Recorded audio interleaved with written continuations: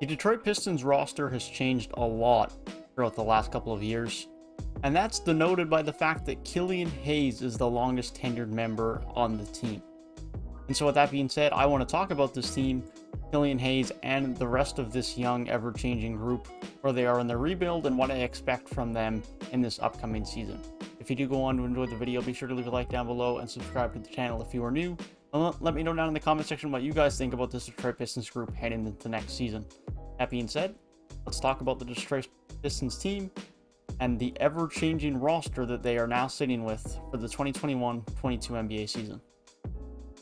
As mentioned, Killian Hayes is the longest tenured member of the Detroit Pistons, and that just tells you how much of a new look, fresh look team the Detroit Pistons have, because he was drafted last year. He's been a member of the team for a year, and he is the longest tenured member. The Detroit Pistons have completely flipped the switch and the script on how they are rebuilding this group, but they have a lot more positive direction than they had a couple of years ago, and so you have to say that they've done a pretty good job. When you talk about the offseason that they've had this summer, of course, for a team that have had such a large amount of changes, they've had a fairly busy offseason. They had the best luck of anyone this offseason with Cade Cunningham, the first overall pick, falling into their lap via the lottery, and they, of course, took Cade Cunningham with that first pick.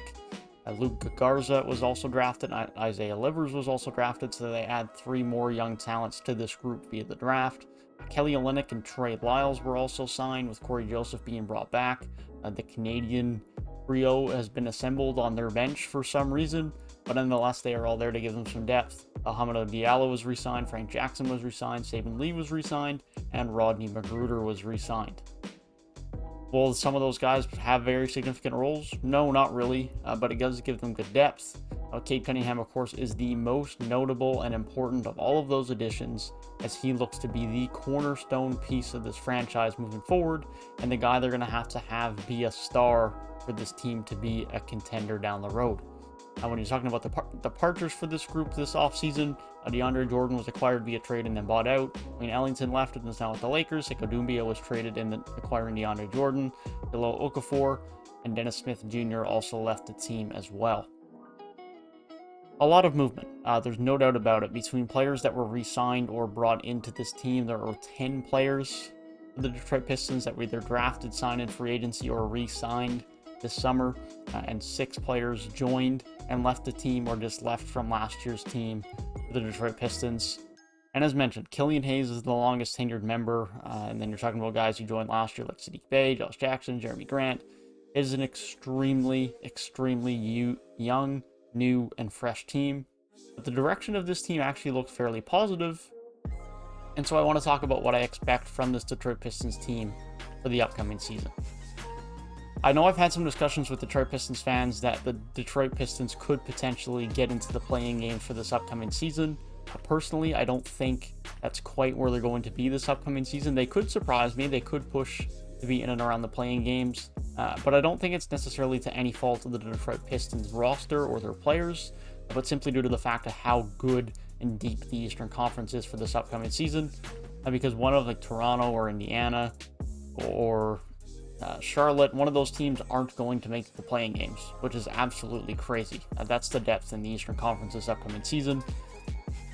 But the Detroit Pistons have a pretty nice looking roster here, and in a couple of years definitely could be a team pushing for the play-in games, and a lot better than that down the road depending on the development of their young players. Killian Hayes, of course, is going to be the starting point guard, entering his second year in the NBA. He didn't play, nor did he do much in the minutes he played last year, and so hopefully he can produce much better in his second season in the NBA. Cade Cunningham, of course, being the first overall pick, will have high expectations and be one of the Rookie of the Year favorites.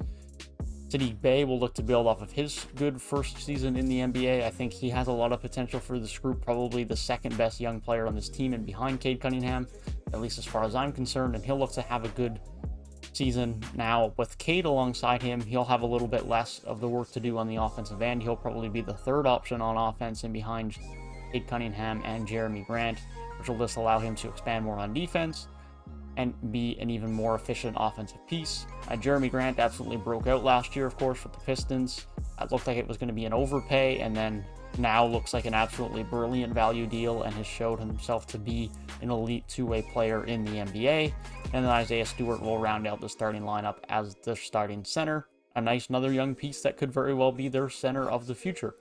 And when you're looking at this bench, it's not completely veterans. There are still some long-term potential pieces here. Hamidou Diallo was just re-signed and I think has potential to be a long-term nice bench piece, who is fairly athletic, can give you a little bit of shooting, a little bit of defense off of the bench. Josh Jackson is still there. And sure, he's fine. He, of course, has never developed into the player that many people would have hoped that he would have been, especially when he was drafted as high as he was. But he still has solid ability to be at least good defensively. And then you do get a few flashes from him on the offensive end from time to time. Outside of that, then you're looking at Luka Garza, who could still have some upside and looks to be a very hard-working player in the NBA. There are still some questions about his fit, but he has been given a deal by the Pistons to be on the Pistons roster for this upcoming season. And so I would expect him to get some backup center minutes with this group.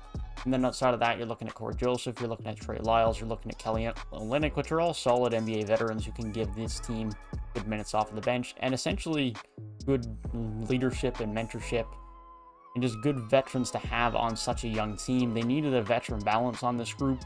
Corey Joseph is a proven winner and just a good guy in the locker room, having spent time with successful teams with the Spurs and the Raptors.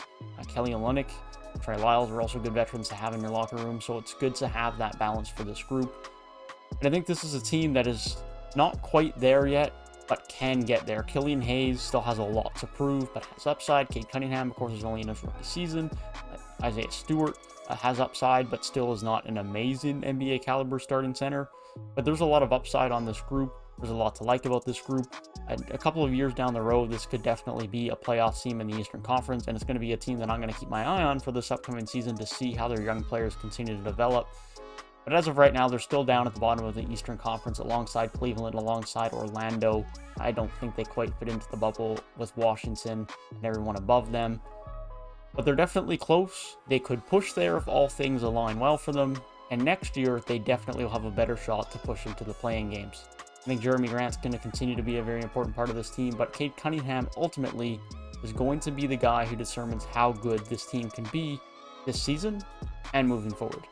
Let me know down in the comment section what you guys think of this Detroit Pistons team heading into next season and what you expect of this Detroit Pistons team next season and moving forward a couple of years down the road. If you did enjoy the video, be sure to leave a like down below and subscribe to the channel if you are new. And if you want to hear my thoughts on other season previews for other NBA teams, then be sure to click the box on the right hand side of the screen. That being said, I hope you guys have a great rest of your day, and I will see you guys in the next one. Peace.